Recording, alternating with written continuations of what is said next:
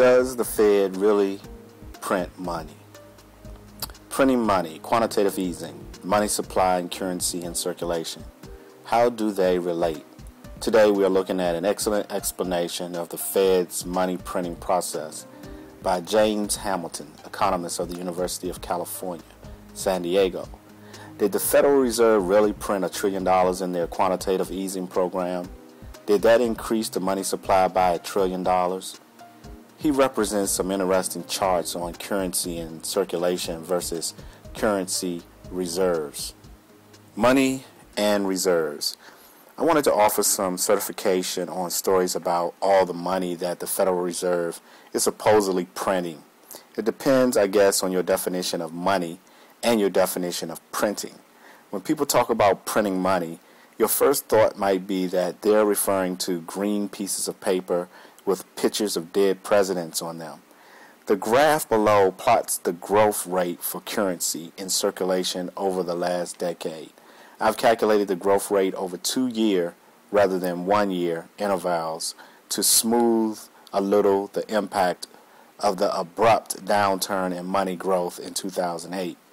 Another reason to use 2-year rates is that when we're thinking about money growth rates as a potential inflation indicator, both economic theory and the empirical evidence suggest that it's better to average growth rates over longer intervals. Currency in circulation has increased by 5.2% per year over the last 2 years, a bit below the average for the last decade. If you took a very simple-minded monetarist view of inflation, that is, inflation equals money growth minus real output growth, and expected, as many observers do, better than 3% real GDP growth for the next 2 years, you conclude that recent money growth rates are consistent with extremely low rates of inflation.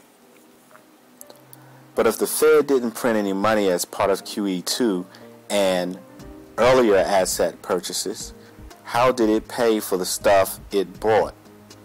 How did it pay for the stuff it bought? The answer is that the Fed simply credited the accounts that banks that are members of the Federal Reserve System hold with the Fed. These electronic credits or reserve balances are what has exploded since 2008.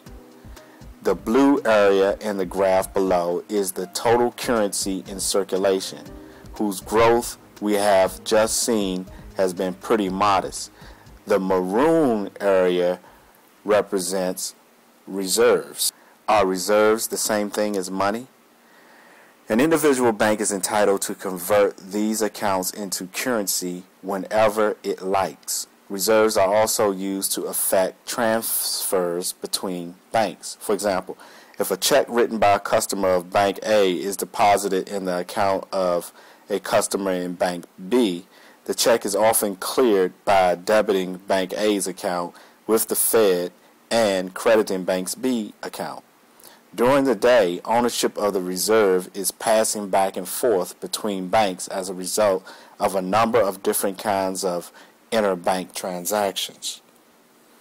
To understand how the receipt of new reserves influences a bank's behavior, the place to start is to ask whether the bank is willing to hold the reserves overnight. Prior to 2008, a bank could earn no interest on reserves and could get some extra revenue by investing any excess reserves. For example, by lending the reserves overnight to another bank on the federal funds market. In the system, most banks would be actively monitoring reserves inflows and outflows in order to maximize profits. The overall level of excess reserves at the end of each day was pretty small, a tiny sliver in the above diagram, since nobody wanted to be stuck with idle reserves at the end of the day. When the Fed created new reserves in that system, the result was a series of new interbank transactions that eventually ended in the reserves being withdrawn as currency. All that changed dramatically in the fall of 2008 because the Fed started paying interest on excess reserves and banks earned practically no interest on safe overnight loans. In the current system, new reserves that the Fed creates just sit there on bank accounts with the Fed. None of these banks have the slightest desire to make cash withdrawals from these accounts, and the Fed has no intention whatever of trying to print the dollar bills associated with these huge balances in deposits with the Fed. Of course, the situation is not going to stay this way indefinitely. As businesses' conditions pick up, the Fed is going to have to do two things. First, the Fed will have to sell off some of the assets it has acquired with those reserves. The purchase of the asset will pay the Fed by sending instructions to debit its account with the Fed, causing the reserves to disappear with the same kind of keystroke that brought them into existence in the first place. Second, the Fed will have to raise the interest rate it pays on reserves to give banks an incentive to hold funds on account with the Fed overnight. Doing this obviously involves some potentially tricky details. The Fed will have to begin this contraction at a time when the unemployment rate is still very high, and the volumes involved and lack of experience with this situation suggests great caution is called for in timing and operational details. Sober observers can and do worry about how well the Fed will be able to pull this off. But that worry is very different from the popular impression by some that hyperinflation is just around the corner as a necessary consequence of all the money that the Fed has supposedly printed. There's a lot of information to digest in this short video, which is based on an article entitled, "Does the Fed Really Print Money?" by Tim McMahon, editor. The one question I want to address in this video is, why did the Federal Reserve initiate quantitative easing or supposedly increase the money supply if it did not intend to physically increase the money supply in the U.S. economy by actually printing the money? I surmise that the Fed knew that investors would view an actual increase in the money supply as a stimulant to the economy.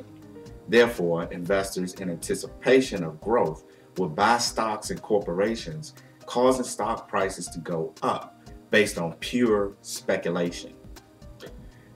When investors' stock prices go up, they feel like they have money, thereby creating what is called the wealth effect.